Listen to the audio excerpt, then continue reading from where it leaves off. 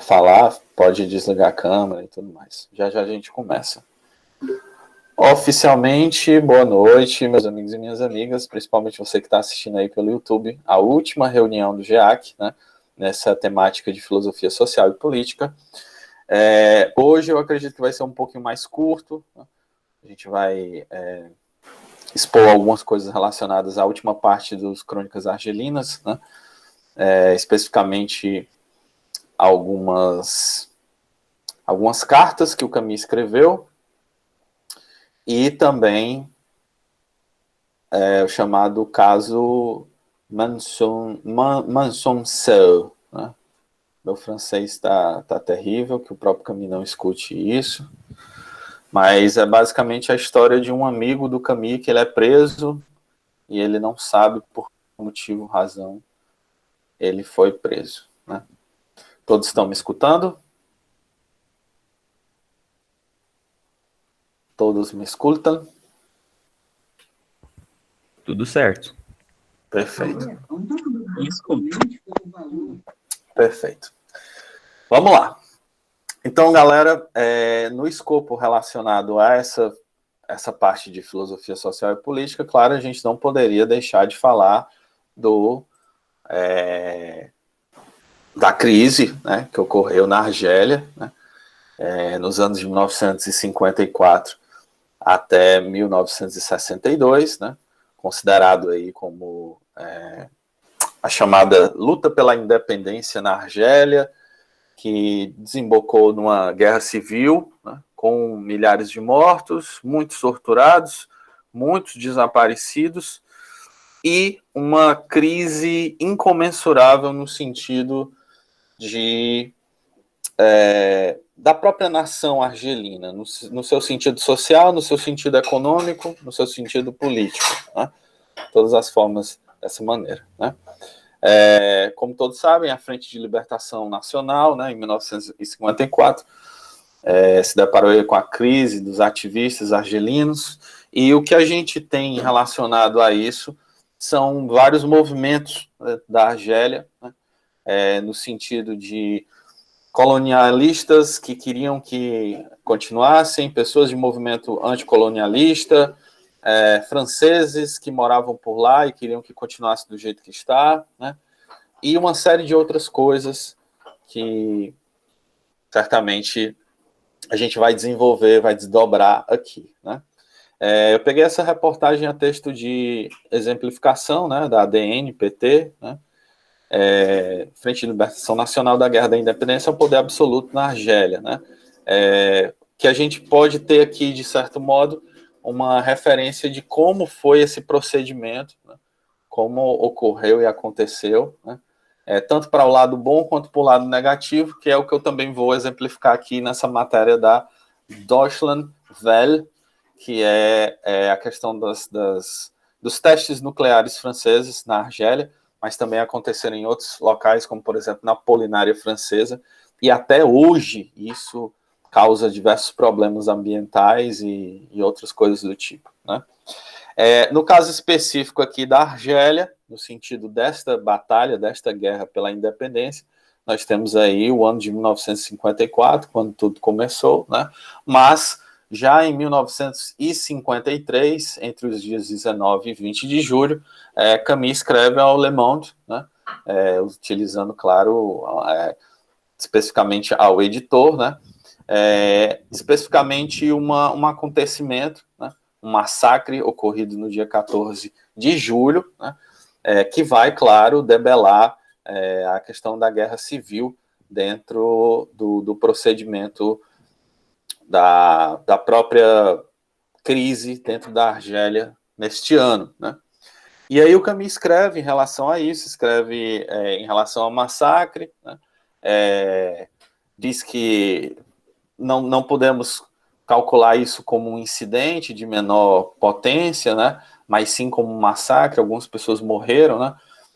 Aqui na nota de rodapé instaurada tem uma demonstração organizada do Partido Comunista que terminou numa violência, né?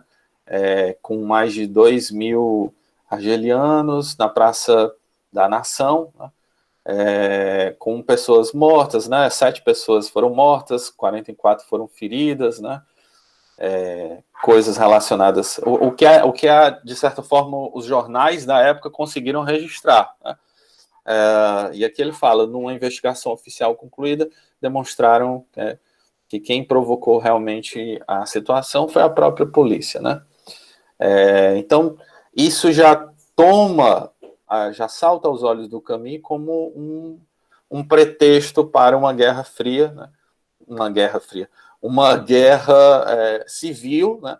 Que pode ocorrer e que isso, claro, pode trazer diversos danos às pessoas que ali estão, civis, inocentes e coisas do tipo. A preocupação do Camus em relação a isso, que ele vai demonstrar tanto em cartas como, por exemplo, em editoriais, é justamente a preocupação relacionada aos inocentes, né? Aos civis, né? Que posteriormente será demonstrado na figura da sua mãe, né? Como nós vamos no final aqui falar, se a justiça de vocês é jogar bombas por aí, né? Entre essa justiça de vocês e minha mãe, eu fico com a minha mãe. Então, esse tipo de situação, né, que envolve massacres, distúrbios, incidentes, ocorrem antes mesmo de 1954, que é tido como ponto zero dessa crise, dessa revolução, né, pela luta pela independência. Basicamente, o Camus continua essa carta ao Le Monde falando sobre a situação, né, o que está acontecendo, como a política e como o povo francês, de certa forma, parece não estar muito impressionado em relação a isso, que as investigações têm que ser realizadas, né, que de alguma forma pode estar existindo algum tipo de conspiração, né, relacionado aos trabalhadores argelinos, pautados, claro, na figura do Partido Comunista Argelino. É muito importante a gente destacar que, apesar do próprio Camus ter rompido com o Partido Comunista na década de 30, isso não fará com que deseje a morte de seus membros ou dos seus afiliados, né? Então, trata-se, antes de mais nada, de reconhecer o campo político que o outro está, respeitar e dialogar através de argumentos, de ideias e tudo mais, né? Particularmente, o Camus vai ressaltar, claro, a condição dos trabalhadores argelinos.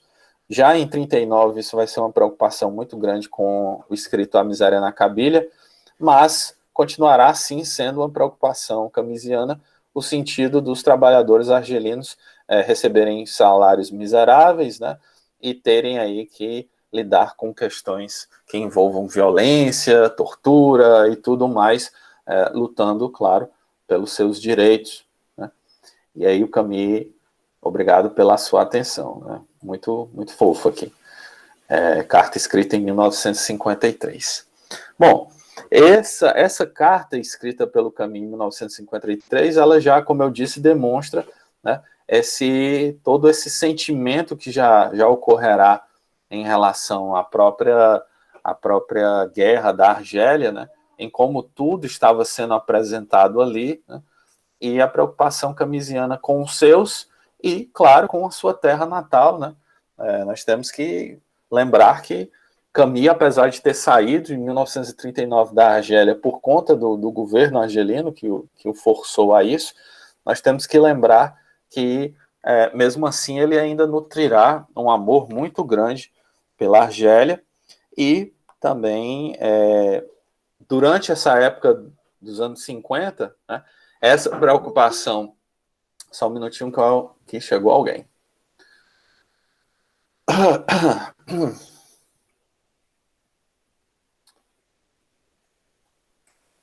Essa preocupação relacionada à Argélia, né, será vista também por um caminho aí de 1952 até, claro, desembocar no texto Argélia 1958. Né?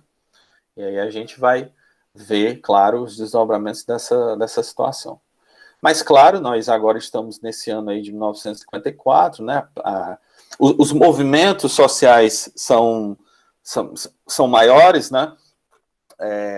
as organizações de luta armada também são mais organizadas nesse sentido, né? Inclusive com alguns desertores, que a gente pode falar aqui posteriormente. Eu acredito que em uma das cartas o Camus fala em relação a isso, né?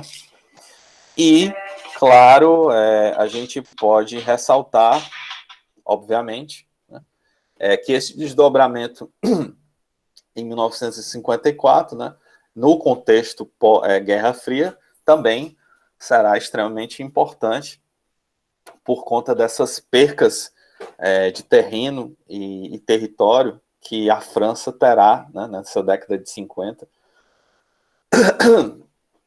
Bom, como todos sabem, né, a chamada FNL, Frente de Libertação Nacional, junto com o Exército de Libertação Nacional, né, o chamado ALN, né, são reforçados por militares de diversas forças políticas após o apelo da luta armada. Sim, como eu disse, não somente alguns militares argelinos e tal, mas também alguns outros militares ali daquela região, por exemplo, a Tunísia, Marrocos, ou até mesmo da própria França, né, terão essa preocupação em relação ou outros países, né, a quem conte isso, né. Não vou entrar nessa questão, afinal de contas é um contexto muito particular da Guerra Fria, né.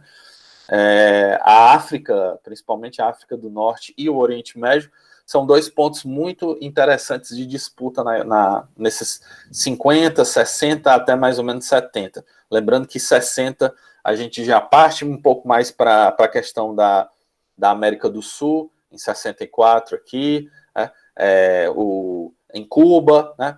Então, retoma ao procedimento da Guerra Fria ali por volta da década de 70, né. Mas até então, nesse pós-guerra aqui, até a década de 60, a gente observa muitos desses movimentos buscando a independência na África, né, por ter sido colonizada por muito, muito tempo pela Europa, tanto a Inglaterra, quanto a Alemanha, quanto a França, né, e a Holanda também. Bom,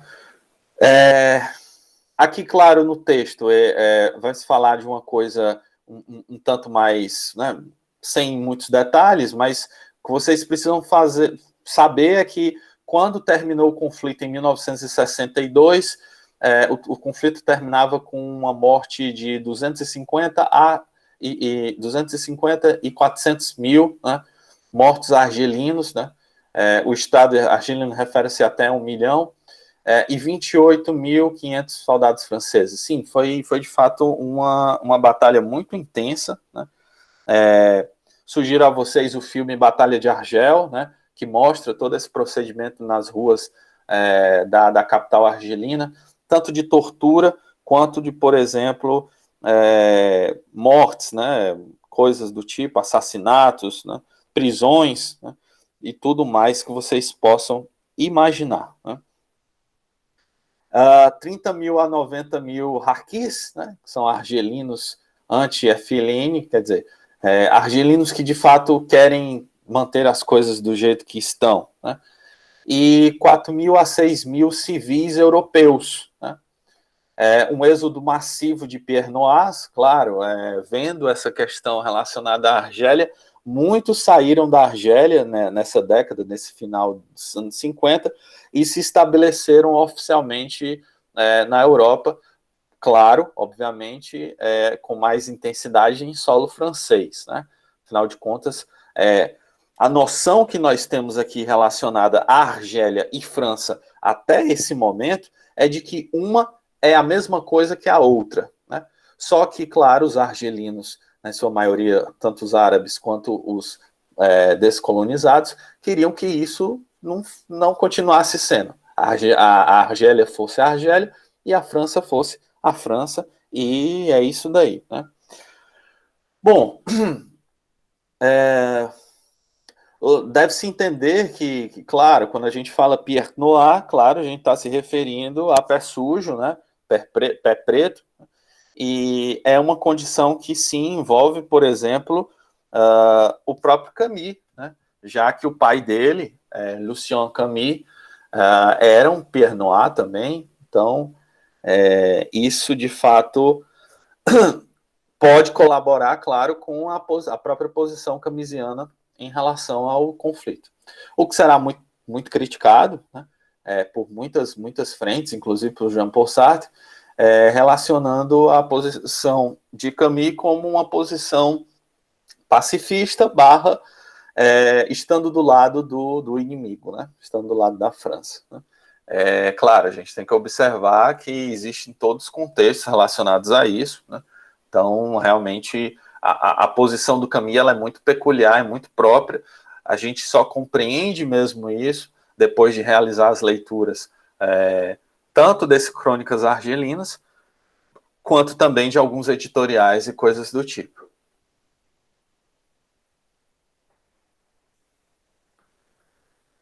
Como eu tinha dito para vocês, realmente foi um processo extremamente bem complicado, né, relacionado à própria França, né. Uma das coisas que a gente tem que observar era uma questão dos experimentos nucleares. Claro, a energia nuclear na época era modinha, então bombas nucleares todos queriam, né. E aí temos essa matéria aqui de 2020, né, recente, do Dochanvel, relacionado aos testes nucleares que marcam a Argélia 60 anos depois. Como eu tinha dito, isso é um caso extremamente complicado, e inclusive na Polinária Francesa também existem muitos problemas ambientais relacionados a isso, né. A questão da corrida nuclear, né, nessa época realmente foi extremamente marcante, todos os países queriam ter, né. E aí, nessa matéria muito interessante, eles relatam que, apesar de tanto tempo, né, ainda existem marcas relacionadas a isso, né, sejam de bombas, né, sejam de qualquer outro tipo de coisa, né. Só a título de curiosidade, vale ressaltar aqui justamente essa parte que eu disse para vocês. Os banhos limpavam nossos corpos e nossas roupas, mas não respirávamos ou engolíamos, né. Esse rapaz, o Revue, passou uma década trabalhando nos testes nucleares franceses, primeiro na Argélia, depois na Polinária Francesa, né. A fracassada explosão testemunhada por ele em maio de 1964 ocorreu 2 meses depois da Argélia declarar a independência da França. Os testes no deserto continuavam por mais 4 anos, com base num acordo fechado entre Paris e Argel.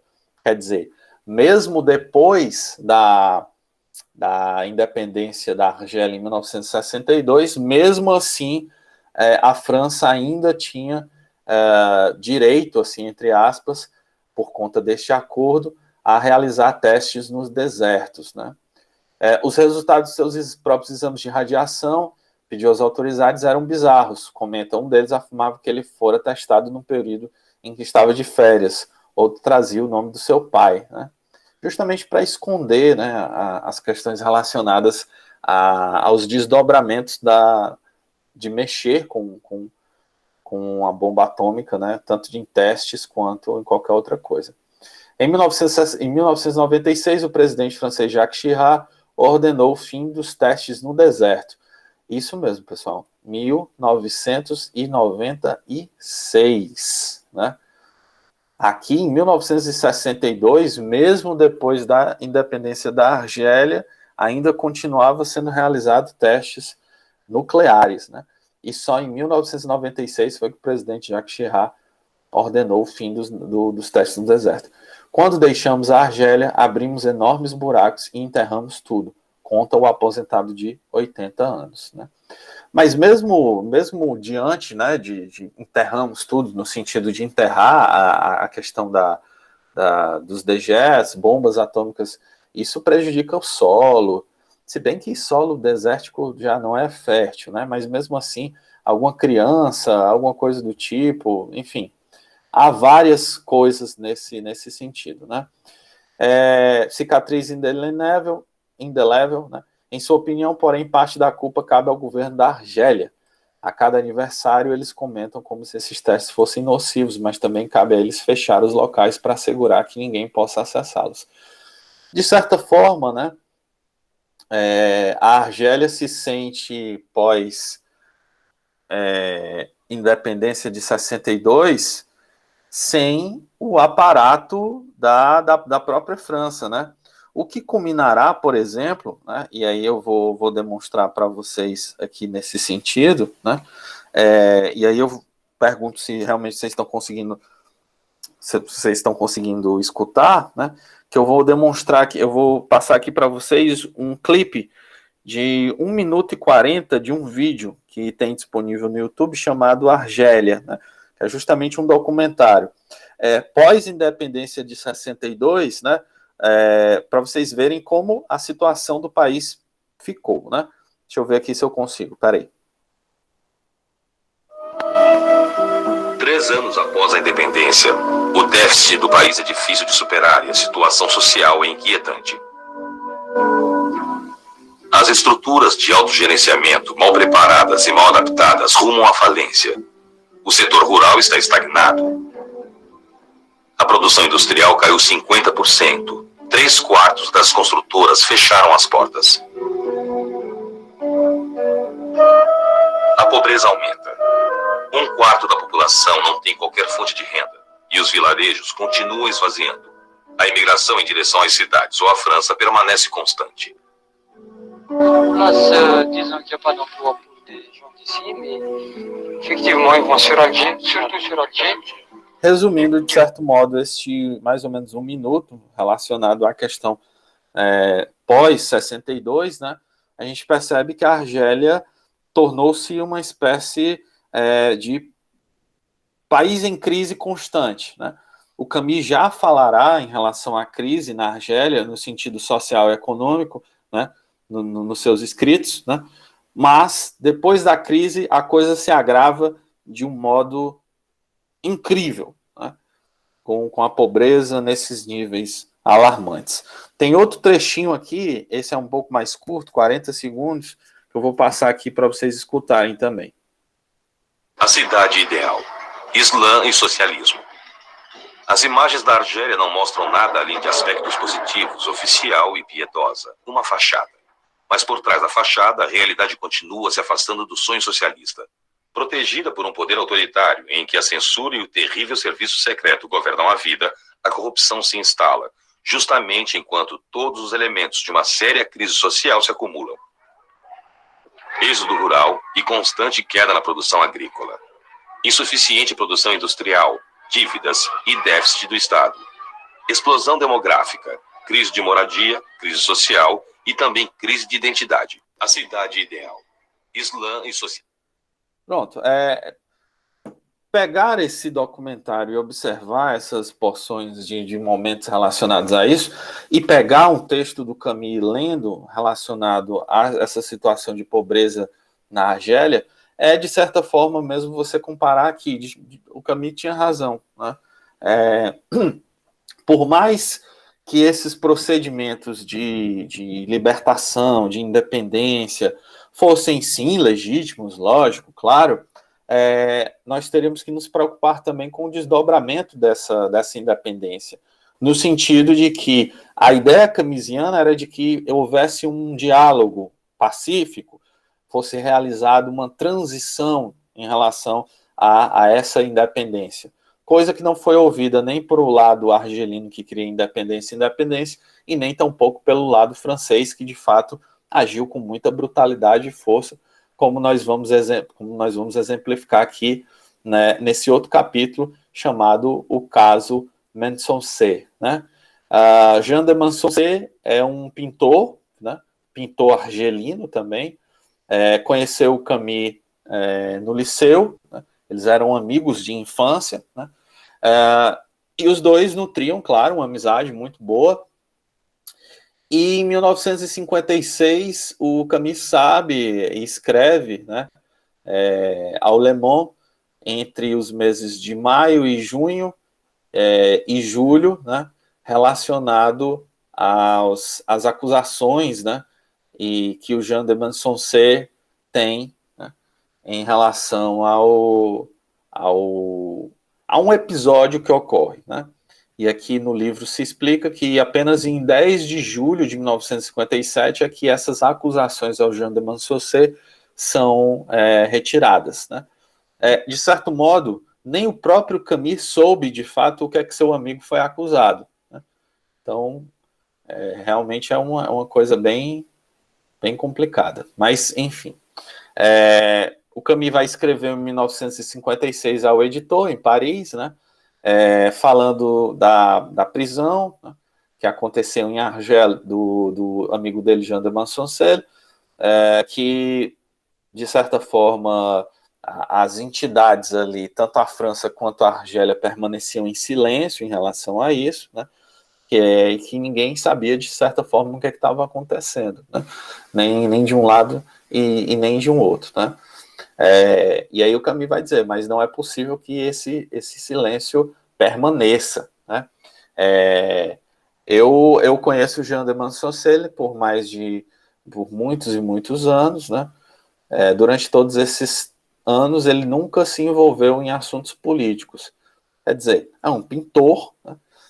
E o Camus fica simplesmente impressionado como é que um pintor e um arquiteto é preso, né, nesse contexto de crise de uma libertação, né, de uma libertação de um país, né.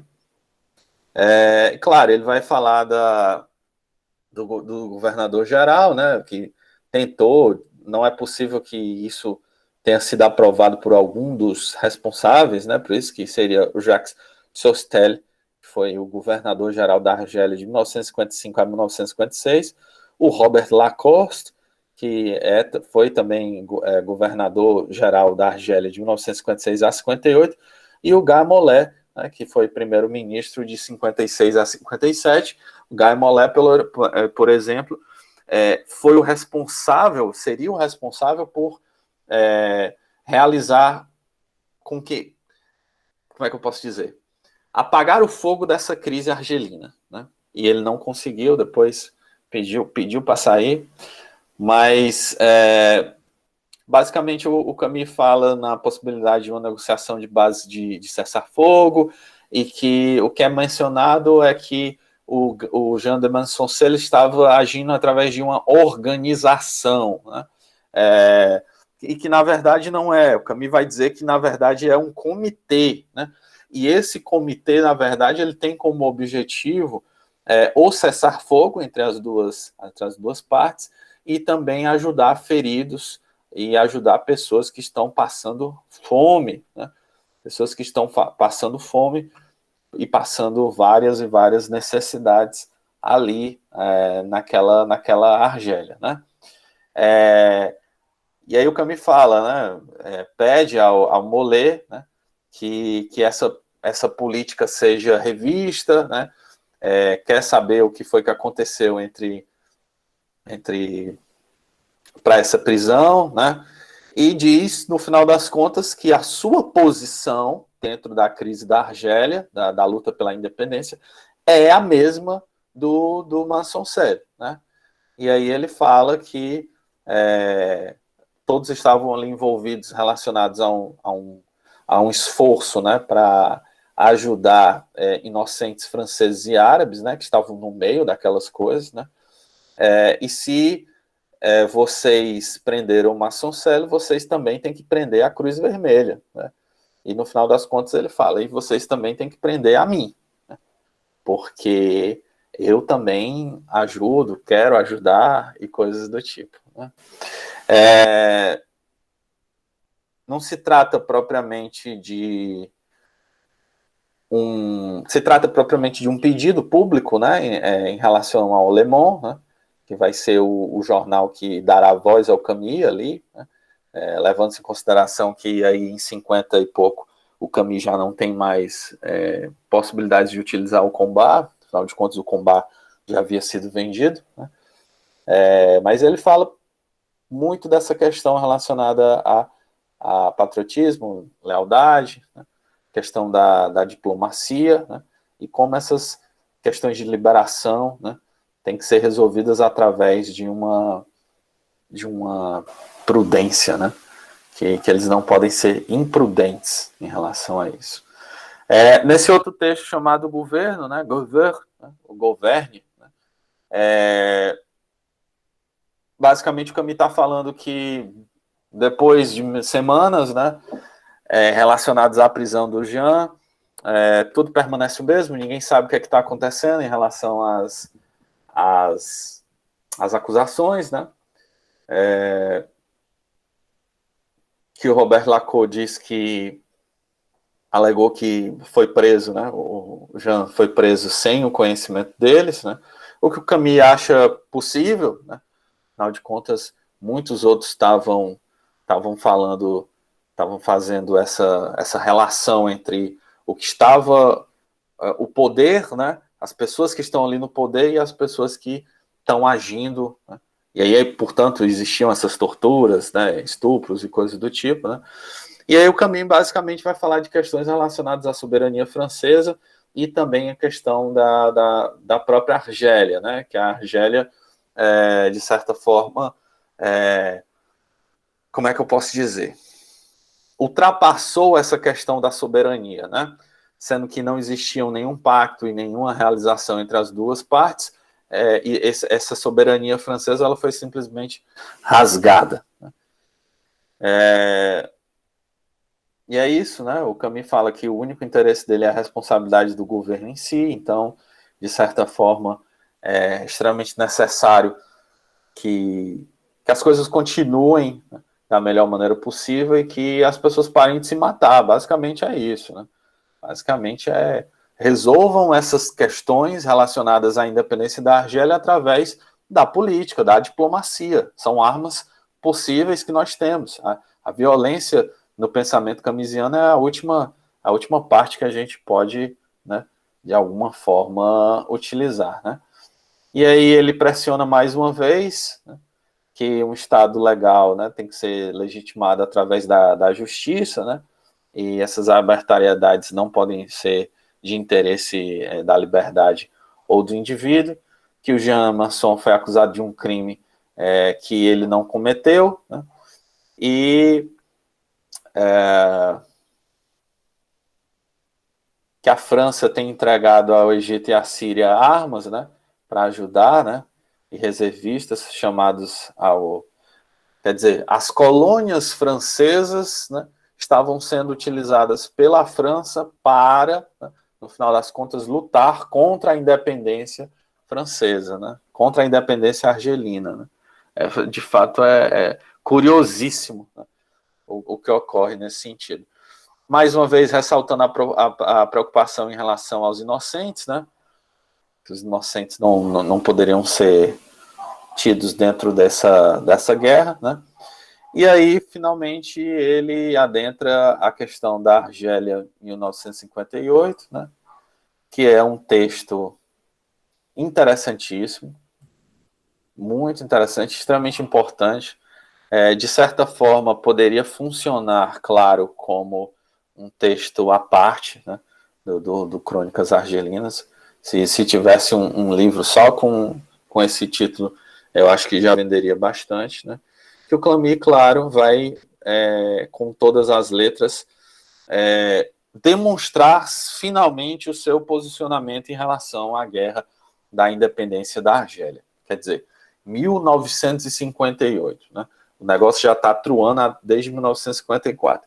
O que é interessante a gente observar aqui que é um movimento muito parecido do que acontece no Cartas a um Amigo Alemão, quando os nazistas invadem a Alemanha em 1940, e apenas em 1944 é que, de fato, a resistência ali já está um tanto mais violenta, as coisas já estão acontecendo, e o Camus escreve em 1944 os Cartas ao Amigo Alemão de um tom assim mais acima, né? Um tom assim mais elevado, né? Então, o Argélia 1958 vai ser um texto muito parecido nesse sentido, que o Camus vai falar em relação aos franceses, questão da injustiça, da justiça, né? Vai falar da relação dos árabes, né? Da própria questão envolvendo os dois países, né? e como eles devem, de alguma forma, buscar e procurar esse diálogo, né, para que tudo seja resolvido, para que não seja uma coisa que vai descambar para mais guerras ainda. Afinal de contas, a gente tem um conflito aí que vai durar quase 10 anos, né? 1954 até 1962, quase 10 anos de conflito, e vocês viram aí, pelo que eu demonstrei, o número de mortes, e talvez até mais, que ocorrem nesse conflito, né? Para encerrar, né, a cereja do bolo, claro, não podia faltar o incidente do Prêmio Nobel, na conferência do Prêmio Nobel, em 1957, né? Basicamente, o Camus ele é chamado por alguns estudantes suecos para falar, né? Falar sobre vários assuntos, né? Pauta-se literatura, pauta-se a própria questão da Segunda Guerra Mundial, enfim, de coisas acadêmicas até trivialidades, né? E é claro, uma discussão bastante consciente até aquele momento é a questão do problema húngaro, né, que ocorrerá um ano antes, chamado de Revolução Húngara, né, que foi o levante húngaro contra o partido, a União Soviética, né, e também a junta ali do Partido Comunista Húngaro, né. Mas, de certa forma, isso vai ser conversado entre todos eles que estão ali, num clima muito, muito amistoso, muito interessante, né?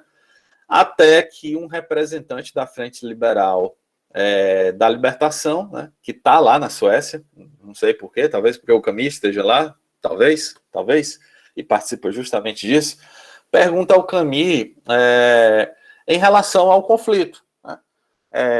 O que é que ele acha, o que é que ele pensa, né? Se ele está em qual lado dos dois, né? E aí, claro, o Camus, com toda a sua polidez, né? Diz que está do lado, claro, da paz, do pacifismo, que as coisas não aconteçam da pior maneira e tal, etc. E aí é quando, de certa forma, o representante da MFL começa um monólogo lá, cheio de slogans, acusações, dizendo que o escritor, né, estava traindo e tal, a pátria, blá, blá, blá, blá, blá, blá. E o Camus escuta, claro, o Camus escuta tudo isso, os suecos ficam impressionados com aquele momento, né, talvez com medo de alguma coisa acontecer, né, e o Camus fala, né, no final o Camus, né, fala sem nenhuma dificuldade, né, eu nunca tenho falado pelos árabes, né, ou por outros militantes, né, em público, né, em relação a mim, né. Eu sou a favor da democracia na Argélia, né, so please be democratic now, então seja democrático agora e deixa eu falar, né, porque, de certa forma, ele estava interrompendo o que o Camus estava tentando falar, né.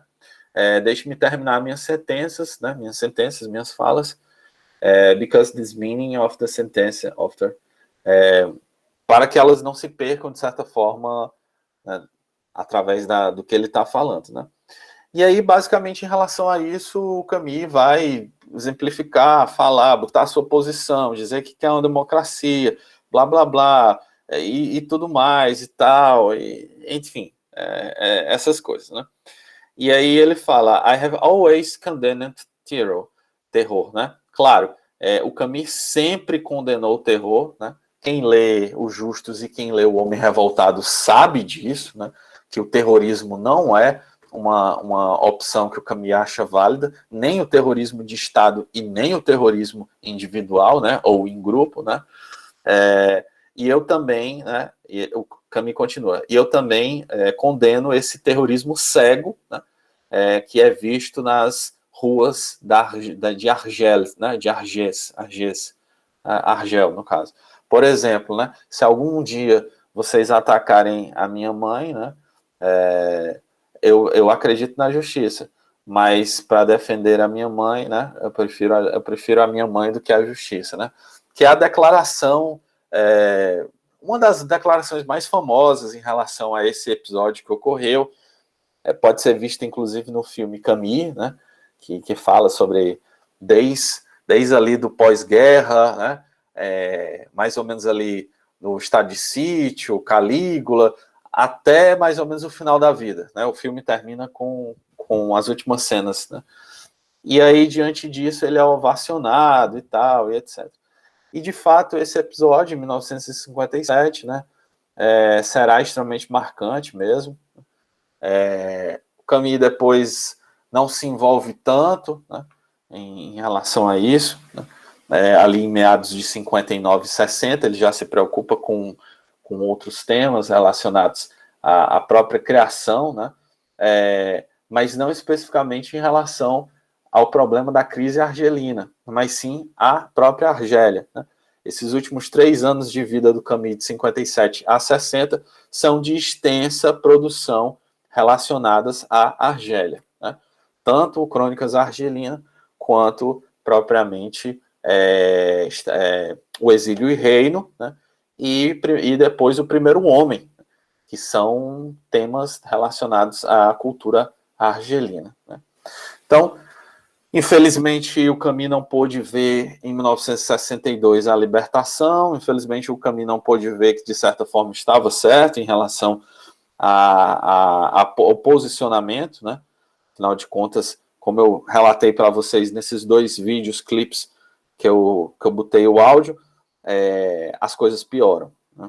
Em níveis sociais, econômicos, ainda não são bons, né? Mas, de fato, pioram, né? E o que o Camille quer demonstrar com tudo isso, relacionado à questão da Argélia, claro, é a situação de que um conflito entre 2 países, 2 povos, que se consideravam sempre como iguais, né? Claro que não, mas enfim, pelo menos no papel, deveria terminar não com um banho de sangue, mas sim com diplomacia, né? Claro que isso é extremamente difícil, principalmente no contexto da Guerra Fria, né?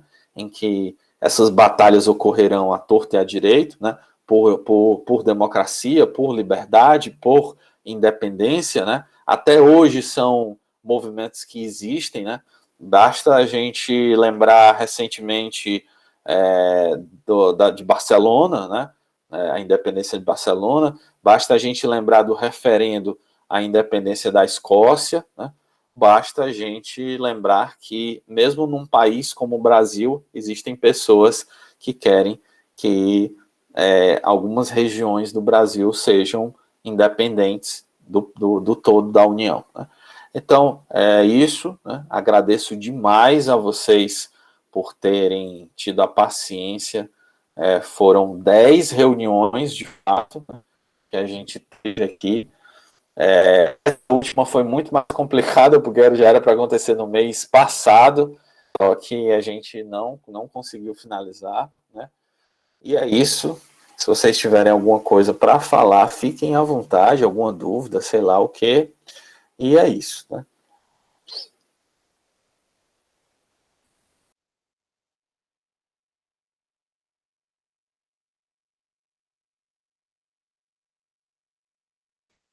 E claro, caso vocês não tenham, aí a gente, obviamente, encerra aqui.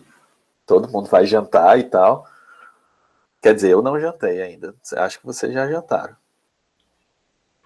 Agora eu só tenho a agradecer a ti pela disponibilidade de apresentar esse conteúdo. Assim, eu acredito que é um conteúdo muito interessante para aqueles que estudam a obra do Camus, aqueles que simpatizam pela obra do Camus, porque mostra, de certa forma, o ambiente em que se dá toda aquela fase meio, digamos assim, obscura do autor, né? Às vezes me parece até irônico que a vida intelectual, essa segunda metade da vida intelectual do Camus foi praticamente destruída por um motivo que hoje parece ser lógico, mas na época parecia ser supérfluo, que é a defesa da paz e a defesa da vida humana diante das máquinas de guerra. Né? Você parar para pensar que um intelectual é trucidado publicamente porque defende que dois povos conversem, parece ser um negócio assim bastante complicado, mas bem, como você mesmo frisou, era aquele período da Guerra Fria e se a gente acha que conhece polarização hoje, a gente não faz ideia do que é o que era essa polarização no período ali da Guerra Fria e também do calor das grandes revoluções que estavam acontecendo ao redor do mundo, né? Que é interessante porque no fundo a grande questão, o que o Camus vai sempre combater é justamente essa sede de sangue que envolve o Ocidente e os povos em que o Ocidente interfere, né? E eu estava vendo esse documentário sobre a Guerra da Argélia, é bem interessante, porque eles conseguem lá fazer o acordo com a França, expulsam os Pierre Noir, né? Expulsam os cidadãos argelinos de ascendência francesa, e o que sucede depois da Revolução são golpes, morte, mais outros golpes e uma espécie de governo autoritário. Ou seja, realmente o caminho dourado da Revolução era pavimentado com sangue, né? O sangue dos inocentes. Esse talvez, como dizem, talvez esse seja o ponto que o intelectual de escritório talvez não pese, porque não vai ser a família dele ou ele que vai estar na frente do pelotão de fuzilamento, ou num bonde sendo explodido por algum movimento que, bem, pode ter seus motivos nobres e justos, né? Não há ninguém há de olhar para a França e dizer, nossa, como eles eram imperialistas bonzinhos, né? Nossa, como eles eram fofinhos com a Argélia. Mas, enfim, se um erro justificar outro, a gente não sabe onde parar.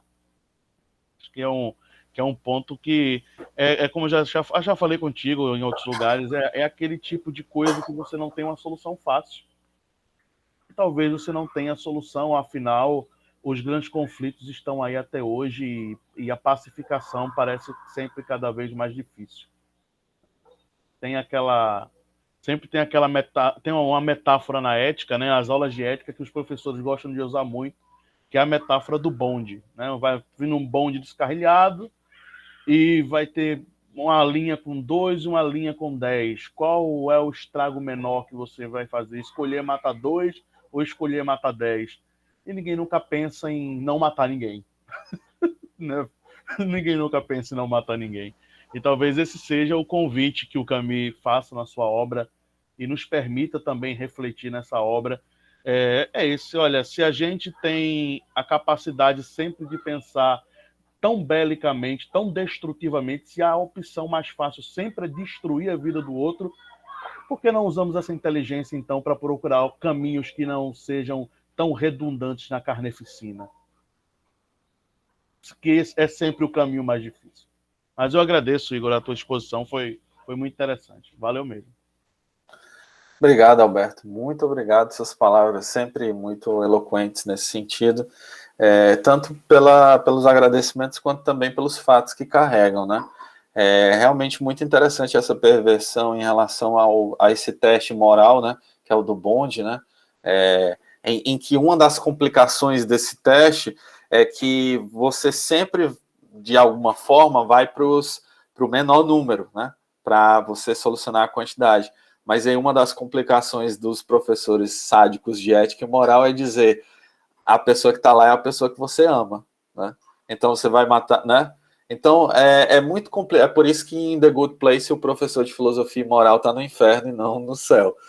Mas de certo modo é engraçado, é curioso isso. Realmente ninguém pensa no não morrer, né? E o mais curioso ainda porque essa proposta do Camus é que, na verdade, a gente já vai morrer. Então, tipo, a pessoa vai, parece que acelerar esse processo, matando o outro através de uma guerra, de uma revolução, ou seja lá o que for, né? Então, realmente, para o Camus, essas coisas são até vistas de uma forma um tanto quanto, ele é muito pacifista, ele é muito bonzinho. Não, é porque o Camus já sabe, já tem a noção que nós vamos morrer como criaturas humanas, né? Então, para que você, de alguma forma, tentar encurtar a vida do outro, né? Qual o sentido, qual a razão e o motivo? Essa é, claro, uma preocupação. Desculpa por... Não. Fica à vontade.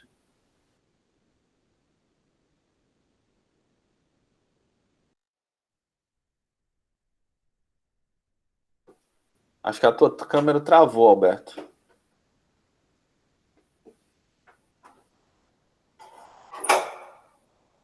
Acho que perdeu conexão. Voltei. Pronto, voltou. É que tem uma sessão do estado de sítio onde o Diego está conversando com a peste, ele está debatendo com a peste, e a peste justamente oferece ao Diego a liberdade e a mulher em troca dos cidadãos de Cádiz.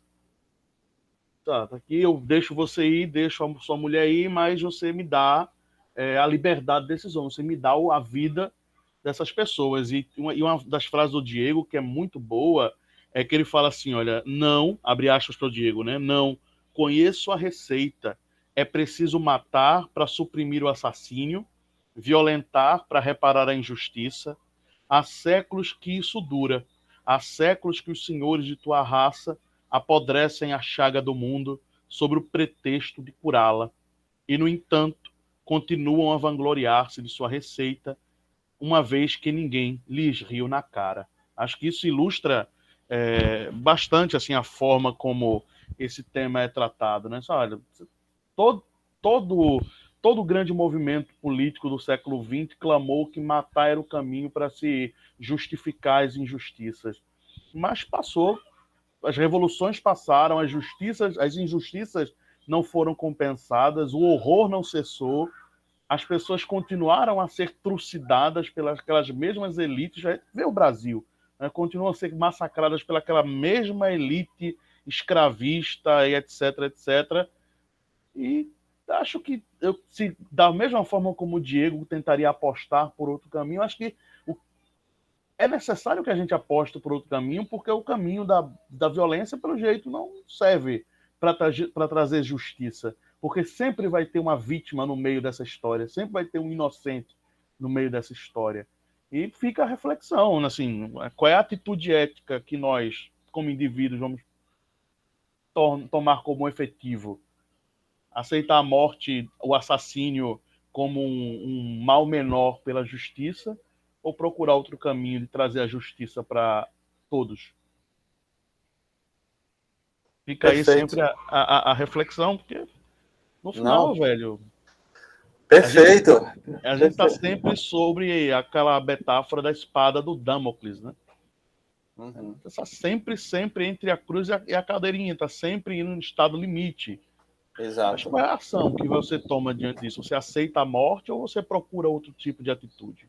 Rapaz, se tiro, porrada e bomba resolvesse, eu acho que o mundo seria um paraíso, porque a história é banhada de sangue, né? A história... Sim, a história oficial é dos grandes assassinos. Né? Exatamente. Exatamente. Já diz, a história oficial é dos grandes assassinos. Eu fui pegar uma vez coisas bobas para você ter conhecimento histórico, né? As dinastias russas antes do fim, que foi o Romanov, né? O Nicolau II. Meu amigo, se tu pegar as dinastias, é todo mundo morrendo envenenado, ou esfaqueado, ou então trucidado, entendeu? Basicamente é isso, né? A receita do bolo é a mesma. A receita do bolo é a mesma. Por quê? Poder, dinheiro, posição, né? Então, a história se repete, e não só na Rússia, né? Eu estava pesquisando especialmente sobre a Rússia, mas na Alemanha, né? Nos grandes reinos, né? A França e tudo mais. Então, essas coisas realmente são a história banhada de sangue, como você bem exemplificou aí no Homem Revoltado, a história dos grandes assassinos, né? E aí você trouxe uma questão aqui que eu me lembrei agora. Nós ainda estamos em guerra, né? Ainda tem uma guerra na Síria rolando, ainda tem uma ocupação de de soldados no Afeganistão, né? Ainda tem movimentos assim acontecendo, tanto no mundo, em que a gente pergunta, não tem esse procedimento da paz. Claro, parece que as coisas mudaram, modificaram agora nesse sentido. Recentemente teve esses ataques, né, de Israel contra a Palestina, né, com as imagens, com as coisas.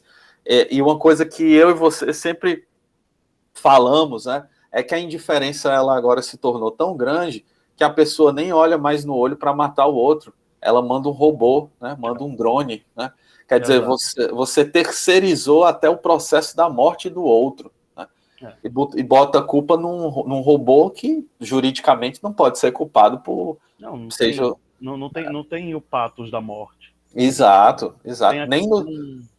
Nem no sentido jurídico e nem no sentido culposo.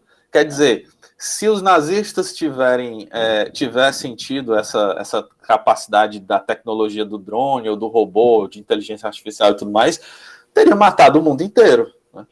Não, se eles tivessem muito menos do que isso, se eles tivessem acesso a metade da informação que nós damos hoje de mão beijada para essas startups e etc., eles teriam engolido tudo.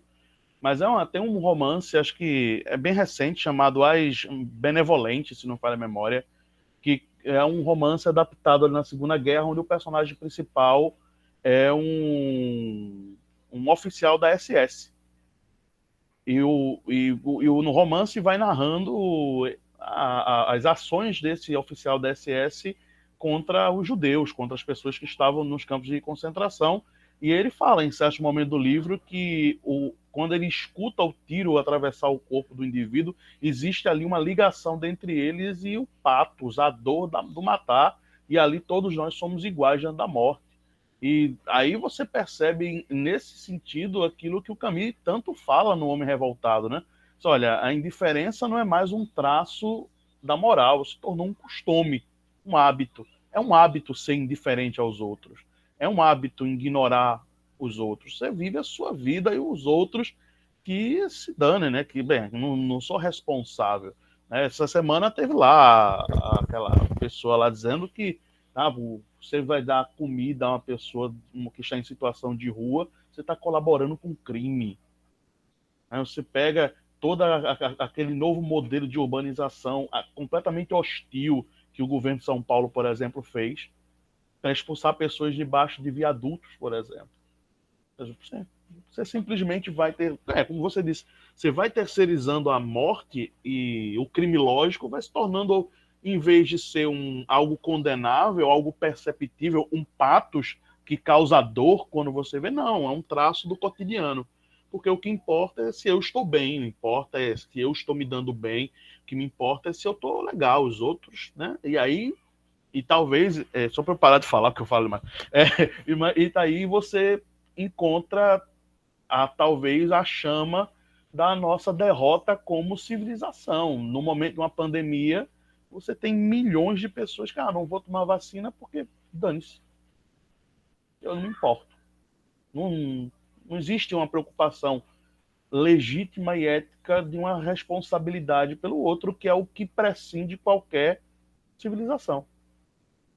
Se um povo não se importa com aquele que está do seu lado, o resto é resto. E talvez a gente caminhe por esse caminho e, assim, sem a mínima perspectiva de sair. Porque se tornou hábito, se tornou cultura.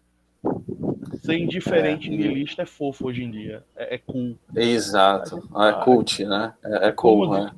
Como diz o Gil do Vigor, ele tá lascado. Perfeito, Alberto. Eu queria agradecer demais a vocês que participaram ativamente aqui no Google Meet, né, através das reuniões, né, e a você também que está aí assistindo, né.